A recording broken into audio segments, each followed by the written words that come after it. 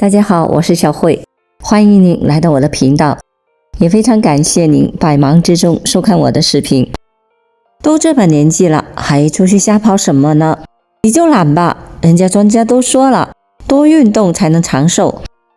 为了出去锻炼这件事，胡大爷和老伴每天都要拌嘴，他不理解自己怎么就娶了一个这么不爱动弹的老伴，就连他陪自己去散散步都懒得动。成日里只知道和朋友打麻将，65岁的胡大爷坚持每天出去走一走，锻炼身体，一走就走了10来年。他也觉得自己的身体素质比较好，和同龄人相比也很少生病。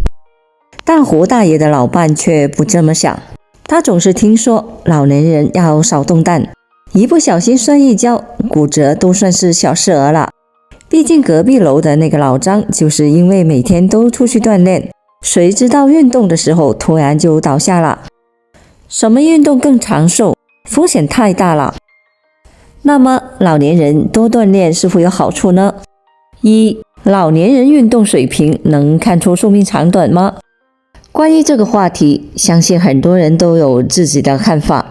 在这里先说说科学家的研究结果。在2007年至2016年间，曾有科学家对6000多名老年人进行了跟踪研究，并且对不同年龄段的老人进行了运动能力评估。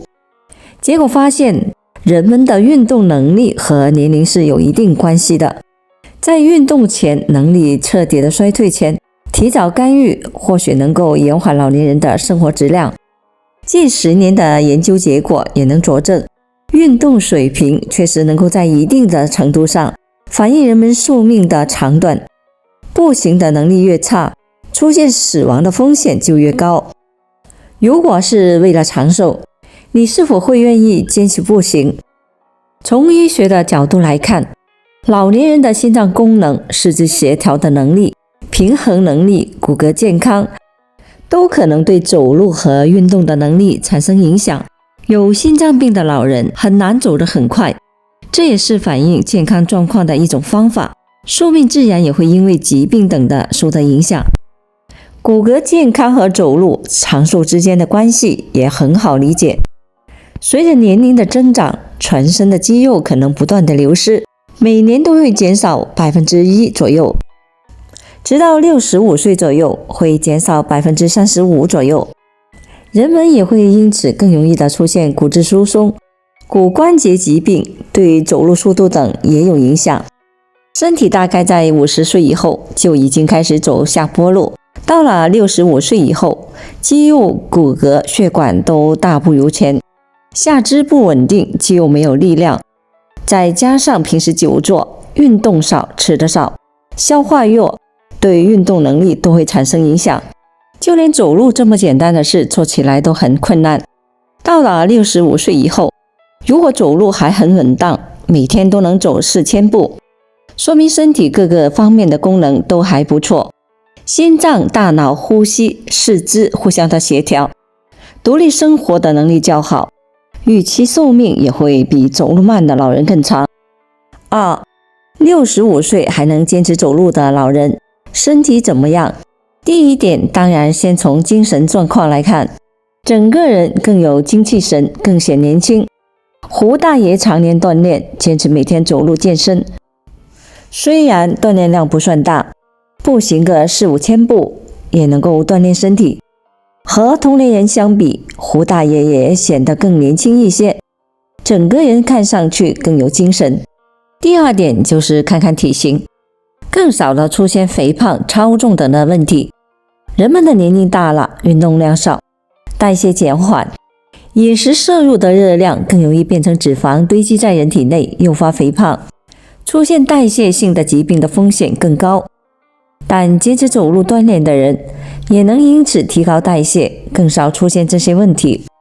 第三点就是看看日常饮食和代谢，吃饭更香了，消化更好了。饭后100步走，活到99的民间俗语也是有一定道理的。不少老年人都因为肠胃蠕动减缓、进食少、运动量少等，无法充分的消化食物，从而引发排便困难、便秘等的问题。65岁后仍然坚持走路的人，也能因此促进肠胃道的游动，加快食物的消化分解，消化好了，排便更顺畅了。第4点主要是针对有慢性病的患者，在65岁后坚持走路的老人，能因此放松心情，改善人体内的血液循环，运动时血流速度加快，资质不易堆积，出现心血管疾病的风险也会降低了不少。最明显的就是坚持走路的人，血压、血糖大多也能够比较稳定。第5点就是预防老年痴呆。研究发现，每天坚持走路的老人，老年痴呆的风险比很少走路的老人低 80%。这是因为走路时流向大脑的血液变多，路上的事物刺激脑细胞，让大脑更健康了。在走路的时候，不妨记忆一下路过的站台、红绿灯、穿蓝衣服的女人，锻炼自己的记忆力。坚持一段时间，你会发现明显的变化。可以看到的是，坚持走路的老人能够因此收获不少的好处。但也有人表示，我都这把年纪了，老胳膊老腿的，万一走多了、走错了，伤身怎么办？别着急，下面就给大家分享适合老年人走路锻炼的方法，值得学习。3、65岁后老人应该怎么走路锻炼？首先，我们讲讲走路的技巧。在走路锻炼之前，建议做好热身运动，步行30分钟，至少热身运动达到5到10分钟。身体热起来了，关节活动快，再锻炼不迟。对身体素质比较好的老人，建议采用垫脚走路的方式锻炼，能够更好的刺激脚底的穴位，从而促进血液循环。但自身存在骨关节病或者是体重过重、平衡能力差的老人，不建议轻易尝试，以免摔跤。其次，再讲一讲每天走多少比较适合。按照成年人步行标准来看，每人每天步行6000步就够了。对于老年人来说，这个标准同样适用。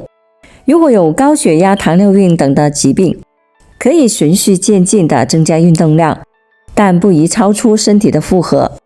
长时间觉得疲惫、浑身乏力，不想继续运动了，这就是超负荷运动了。建议适当的减少，在尝试后也能够找到适合自己的步行强度。还有走路的装备也有讲究，老年人更应该选择轻便的跑步鞋，而不是布鞋或者是皮鞋等。鞋体松软有弹性，能够缓冲负荷，保护关节，而且也是老人专用的跑步鞋，也能够保护老人的脚踝，避免摔倒、扭伤等的问题。走路看似简单，但能够走得好、走得健康也不容易。在65岁之后，能够坚持走路锻炼，也对健康有益。好了，朋友们，今天所分享的视频内容就到这里了。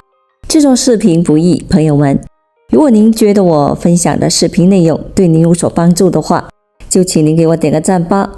您的每个留言和点赞都是我进步最大的动力。也非常欢迎您到评论区分享您的生活经验，非常感谢您的支持和鼓励，我们下期见。